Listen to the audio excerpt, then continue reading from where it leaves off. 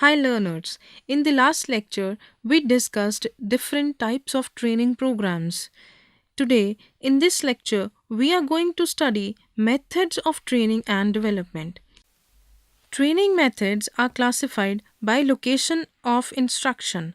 Training can take place in different situations, that is, on the job, off the job, in the company, or outside the company. It involves the use of number of tools and techniques. Firstly, let's discuss on the job training methods. Also known as shop training and is the most universal form of employee development. This is the traditional method of learning which is designed to maximize learning while allowing the employee to perform his job under the supervision of trained worker. It is also called as direct instruction. It is a one-on-one training located at the job site where employee who knows how to do a task shows another employee how to perform it. It is a widely used method of training because it requires only a person who knows how to do a task and the tools the person uses to do the task. It may not be the most effective method at times, but it is normally the easiest training method to arrange and manage. It is an inexpensive method because no special equipment is needed other than what is normally used on the job. One drawback of this method is that on the job training takes the trainer and material out of production for the duration of the training time. There are following types of on the job training methods. The first is Job Instruction Training JIT. This technique was developed during World War II. In this, a supervisor, a co worker, and trainer act as a coach. In this, the trainee receives a purpose and desired outcomes on the relevance of training. The trainer demonstrates the job and trainee copies the trainer's demonstration, and finally the employee do the job independently. The second method is coaching. It is a kind of daily training and feedback given to employees by their immediate supervisor. It is a continuous process of learning. It involves direct personal instructions and guidance, usually with extensive demonstration and continuous critical appraisal and correction. Patience and communication skills make the coaching effective. The third is mentoring. A mentor acts as a teacher, guide, counselor, supporter, and facilitator of the junior person. Its basic aim is to help an employee gain psychological maturity and get integrated with the organization. It can be formal and informal. In mentoring, a senior person in the organization assumes the responsibility of training as well as grooming of the junior person. The fourth one is position rotation. If the trainee is rotating periodically from one job to another job, he understands the larger organizational perspective and different functional areas. Rotation allows the trainee to build rapport with the large number of individuals within the organization and among different departments. The fifth one is Apprenticeship Training. It is a structured process by which people become skilled workers through a combination of classroom instruction and on the job training. It is widely used to train individuals for many occupations.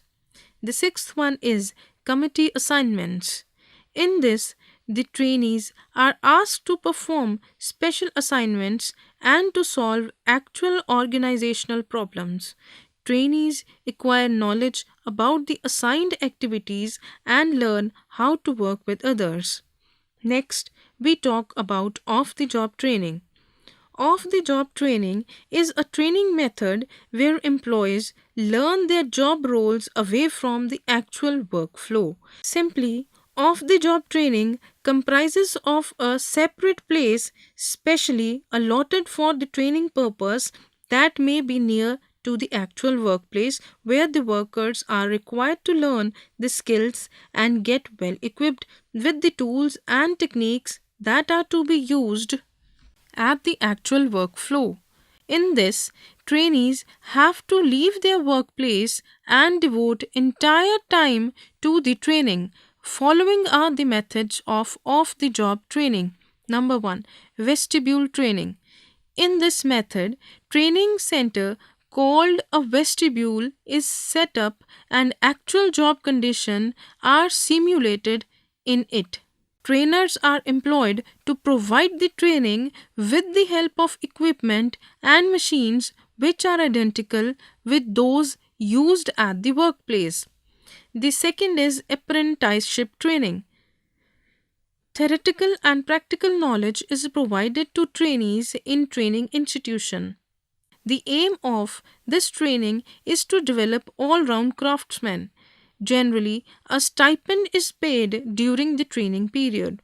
Thus, it is an earn while you learn approach. The third one is classroom training.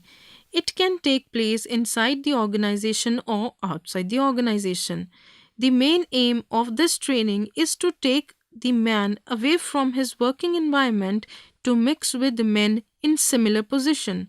Lectures, case studies, group discussions, and audiovisual aids are used to explain knowledge and skills to the trainees. The fourth one is internship training.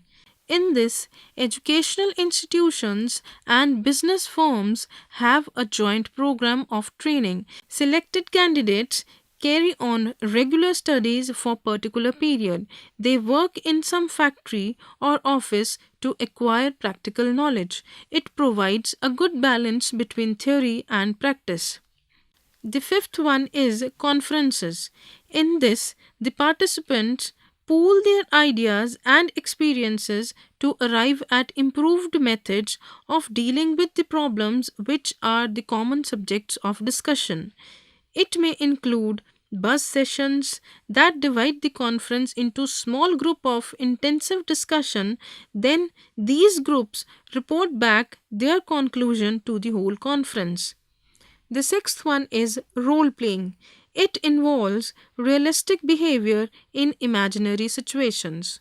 The trainees play the role of certain characters, like the different position holders in the organization. The seventh one is programmed learning. It consists of three parts: presenting questions or problems to the trainees, allowing the trainee to respond, and providing feedback on the accuracies of answers. The eighth one is e-learning.